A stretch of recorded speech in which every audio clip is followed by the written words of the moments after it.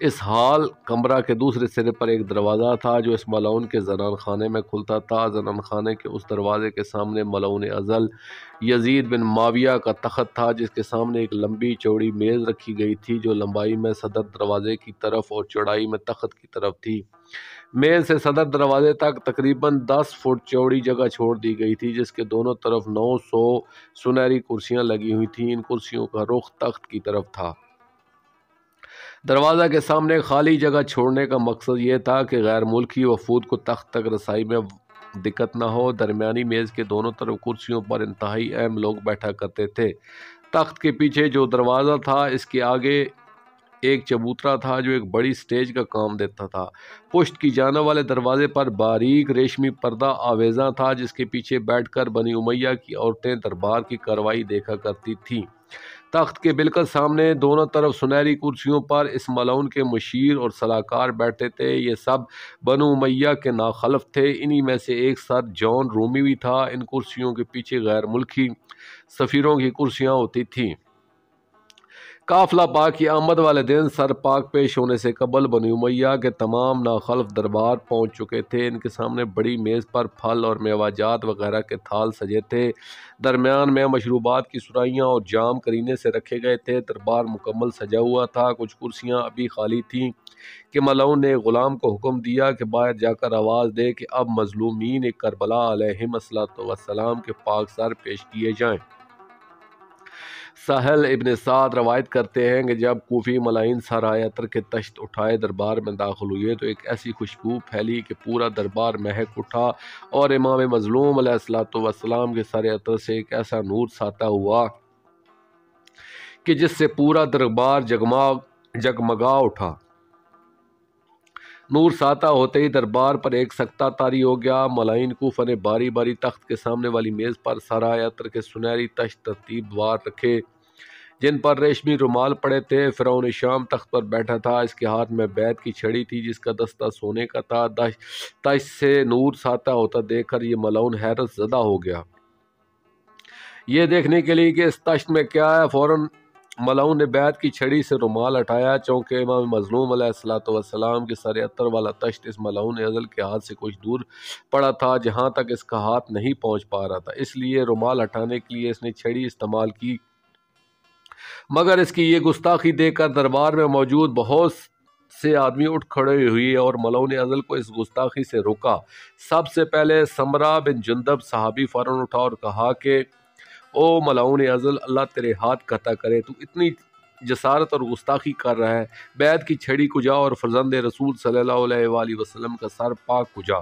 پچھلی کرسی پر موجود ابو بریدہ اسلمی صحابی نے محسوس کیا کہ ملعون ازل نے دندان مبارک سے گستاخی کی ہے۔ فوراً اٹھا اور رو کر کہنے لگا، میں نے خود رسول اکرم صلی اللہ علیہ وآلہ وسلم کو اپنی آنکھوں سے دیکھا تھا کہ وہ ان کے اور ان کے بھائی سرکار امام حسن علیہ السلام کے دندان مبارک پر بوسے دیا کرتے تھے اور فرمایا کرتے تھے کہ یہ دونوں بھائی جوانان جنت کے سردار ہیں۔ یزید ملعون نے کہا، اگر تم صحابی رسول نہ ہوتے تو میں بھی تم دونوں کو قتل کر دیتا۔ ان دونوں نے یک زبان کہا کہ اے ملعون ازل، ہمارے صحابی رسول صلی اللہ علیہ وآلہ وسلم ہونے کا تجھے خیال ہے، مگر ان کی اولاد طاہرہ کا تجھے کچھ احساس تک نہیں۔ یزید ملعون نے حکم دیا کہ انہیں دربار سے باہر نکال دیا جائے۔ میں یہ سمجھتا ہوں کہ اس روایت سے یہ اشتباہ پیدا ہوا کہ فرعون شام یزید بن معاویہ ملعون نے امام مظلوم علیہ السلام کے دندان مبارک پر گستاخی بھی کی تھی، مگر در حقیقت اس نے رومال چھڑی سے اتارا تھا، اور یہ بھی اتنی بڑی گستاخی ہے کہ جو ہر غیور کے لیے ناقابل برداشت ہے۔ جب اعتراض کرنے والوں سے دربار خالی ہوا تو فرعون شام نے کوفی ملائن سے کہا، مجھے کربلا کی جنگ کا حال سناؤ۔ اس وقت زجر بن قیس ملعون اٹھا۔ اس ملعون نے پہلے ہر ایک تشت سے رومال ہٹایا، اس کے بعد کربلا کی جنگ کا مختصر حال سنایا۔ یزید ملعون نے امام مظلوم علیہ السلام کے سر پاک سے مخاطب ہو کر کہا، مجھے اپنی حکومت بہت پیاری تھی، جسے بچانے کے لیے میں نے آپ کو شہید کیا ہے۔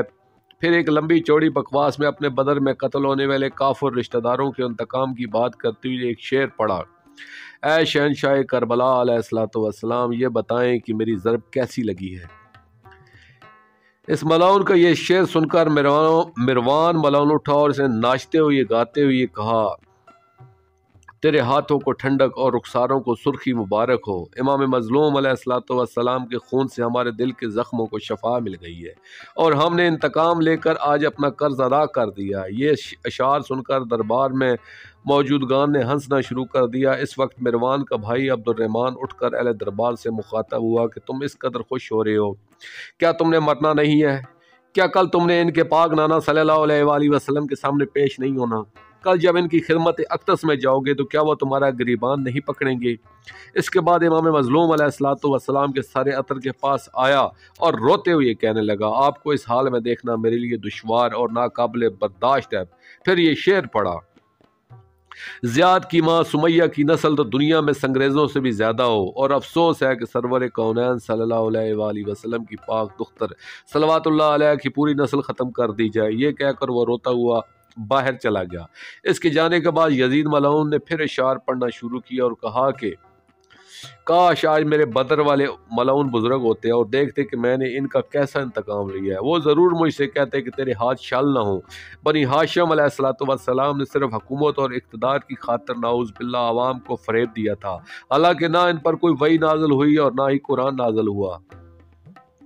ملعون کے یہ اشعار پڑھتے ہی اہل دربار کے رنگ فک ہو گئے کہ یہ تو خود کو اسلام کا بادشاہ اور خلیفۃ الرسول کہلاتا ہے اور خود ہی اسلام اور رسول اسلام کے خلاف کفر و بکواس کا مرتکب ہو رہا ہے۔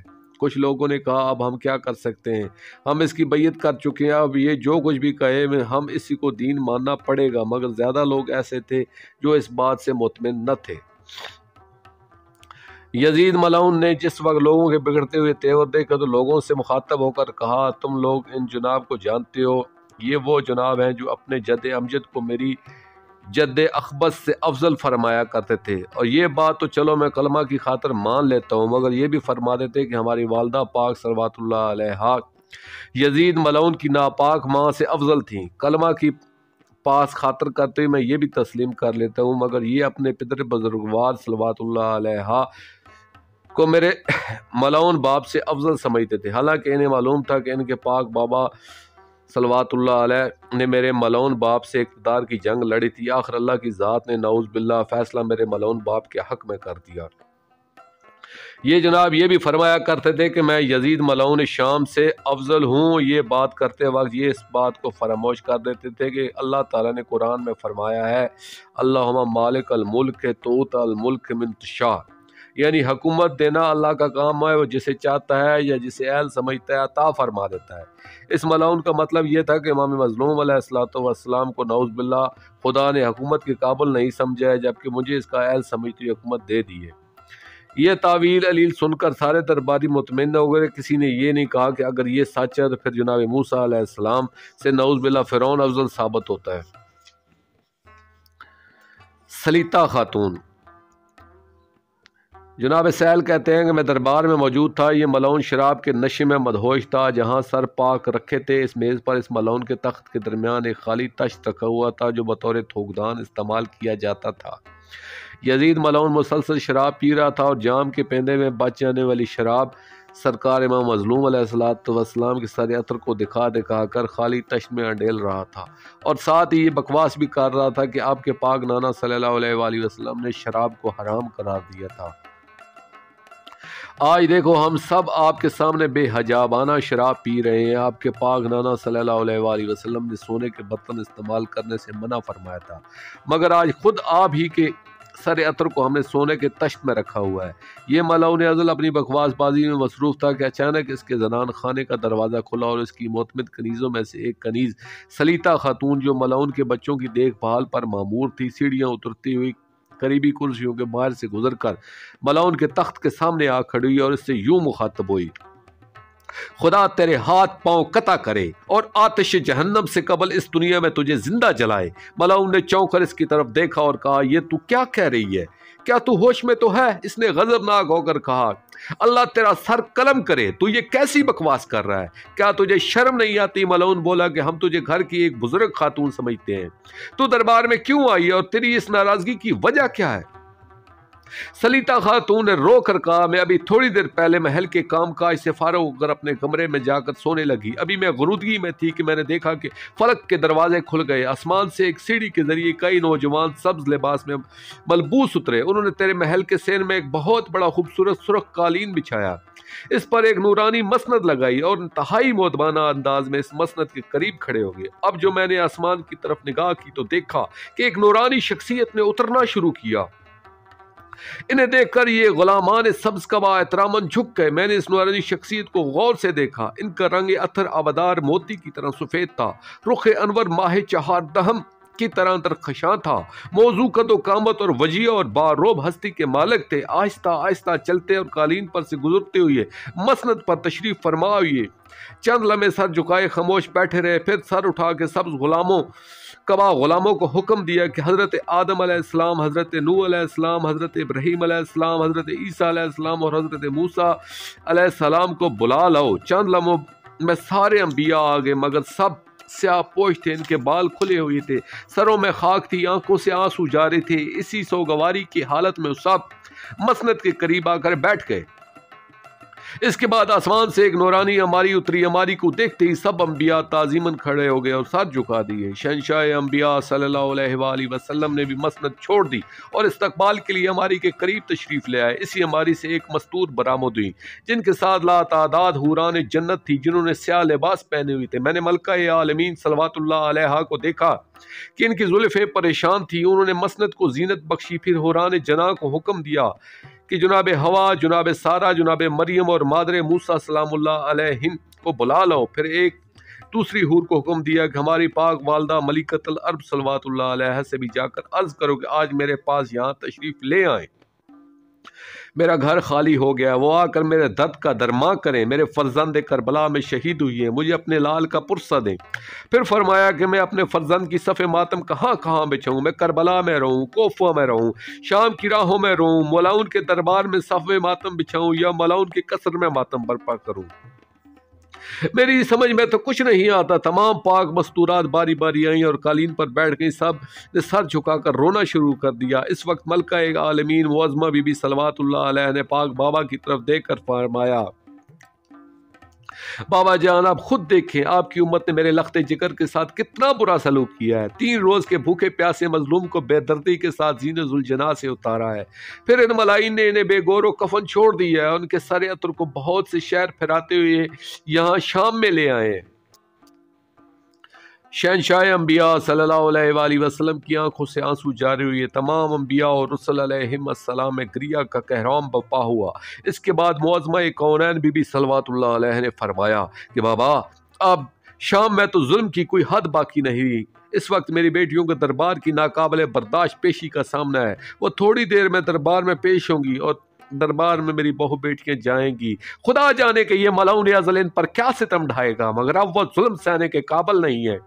سلیطہ خاتون نے اپنا خواب بیان کرتے ہوئے کہا، پھر میں نے دیکھا کہ شہنشاہ انبیاء صلی اللہ علیہ وآلہ وسلم نے آسمان کی طرف اشارہ کیا، 70 جوان سبز پوش آسمان سے نازل ہوئے، ان سب کے ایک ہاتھ میں سیاہ علم اور دوسرے ہاتھ میں آتشی ہتھیار تھے جو میں نے اس سے پہلے کبھی نہیں دیکھے۔ انہوں نے محل کے سین میں قیام کیا، پھر اپنے ہتھیاروں سے مخاطب ہو کر کہا، اے آتش جہنم، اس محل کے مالک کو فوراً پکڑ۔ اچانک ان ہتھیاروں سے آگ کا ایک شعلہ نکلا اور اس نے تیرے سارے محل کو اپنی لپیٹ میں لے لیا، تو ان جہنم کے بھڑکتے ہوئے شعلوں میں دوڑ رہا ہے اور چیخ چیخ کر کہہ رہا ہے، النار النار، مگر تو جس طرف بھی جاتا ہے آگ کے شعلے تیرا راستہ روک لیتے ہیں، میں نے تجھے آگ کے ان شعلوں میں جلتے ہوئے دیکھا ہے۔